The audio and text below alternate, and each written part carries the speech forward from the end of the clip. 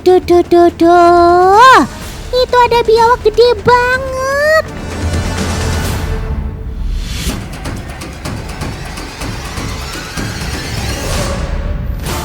Sob, ayo cepetan kabur. Dia malah keenakan berjemur. Aduh, Otan gak tanggung jawab ya kalau kenapa-kenapa.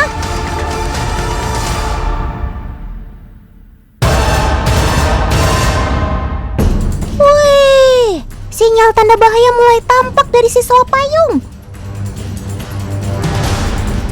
Tuh lihat, rumbai di lehernya mekar seperti payung. Beginilah caranya untuk membela diri dan melawan musuhnya.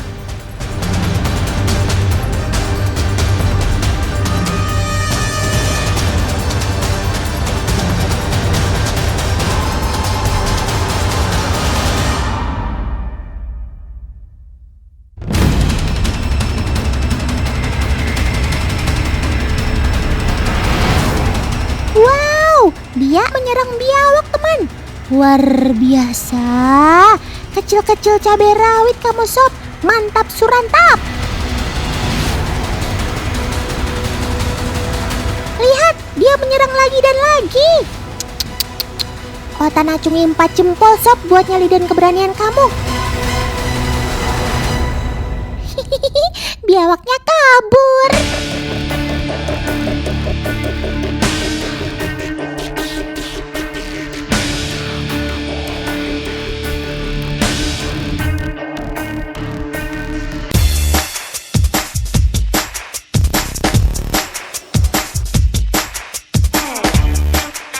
Sobat Otan ini punya nama latin Chlamydosaurus king. Banyak yang bilang ia merupakan titisan Dilophosaurus. Itu loh kerabatnya dinosaurus. Namanya aja udah mirip, ada saurus-saurusnya.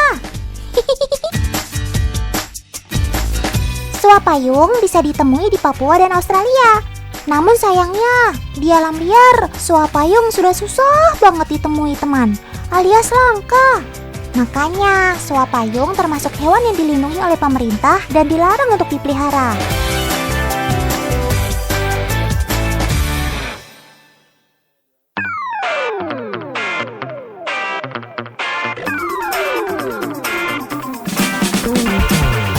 Sob, Otan gak salah lihat nih. Itu jangkrik kok ditelan bulat-bulat. Gak takut keselak. Ternyata itu lantaran gigi soa payung kecil banget teman. Gak cuma doyan makan serangga kecil seperti jangkrik, ia juga suka makan buah-buahan. Itu karena ia tergolong omnivora, alias pemakan segala. Ya ampun, ada apa lagi ini? Ini kan ular lanang sapi. Aduh, firasat Otan gak enak nih. Sob, cepetan kabur sob. Nah, iya gitu. Bagus. Coba lihat larinya sekali lagi yuk dalam gerakan lambat. Tuh lihat, unik banget nih cara berlarinya. Ketika berlari, dia akan menggunakan kedua kaki belakangnya seperti ini. Lucu banget ya.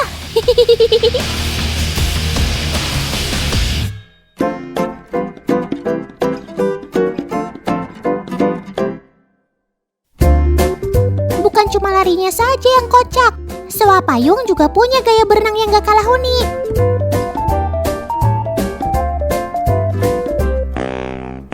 Sobat Otan ini akan menggerak-gerakkan kaki belakang dan ekornya seperti ini teman.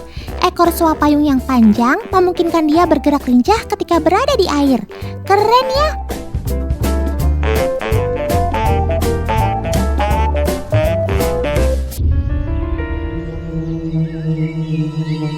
Yang mirip kerabat dinosaurus nggak cuma soa payung, sobat Otan yang ini juga. Itu loh si Draco Malfoy. Itu sih musuhnya Harry Potter. Maksud Otan, si Draco alias cicak terbang atau biasa disebut cekibar. Shh, cicak terbangnya sedang menyamar untuk menghindari si ular pucuk tuh.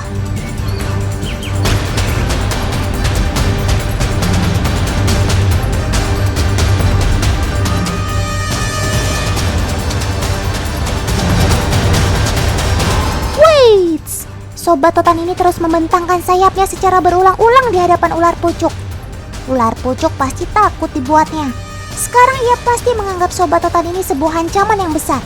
Keren kamu, Sob.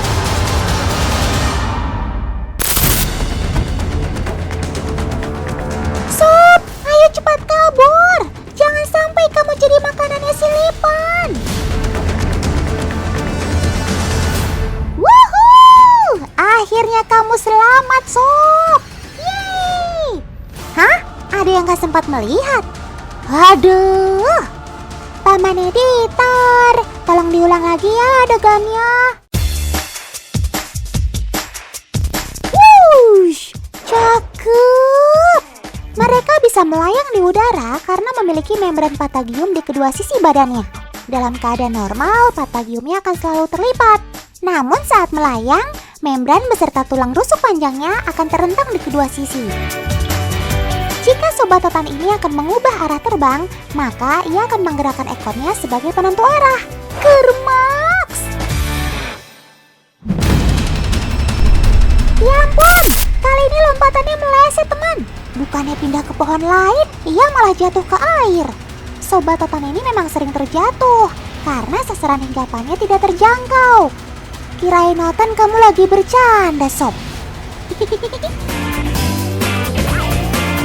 Teman, cicak terbang banyak ditemukan di hutan atau area perkebunan. Walaupun disebut sebagai cicak terbang, ternyata ia tidak termasuk kerabat cicak loh. Terlihat jelas dari kulit tubuhnya yang kasar, terutama pada bagian kepalanya. Uniknya lagi, reptil satu ini juga memiliki kantung dagu sebagai pembeda antara jantan dengan betina. Cicak dengan kantung dagu yang berwarna kuning itu menandakan bahwa ia adalah jantan. Sedangkan betina kebanyakan memiliki kantung dagu berwarna biru. Selain berguna untuk menakut-nakuti musuh, kantung dagu ini juga berfungsi sebagai untuk menarik perhatian lawan jenisnya. Nah, karena Sobat Totan ini tinggal di pohon, tentu saja memanjat adalah keahliannya. Coba Totan tes, kamu mampu nggak memanjat tali yang kecil ini, Sob? Good job! Ternyata ia mampu melakukannya dengan mudah, teman. Dengan mengandalkan jari dan kuku yang panjang, memanjat dengan tekstur yang kasar bukanlah suatu masalah. Cakep!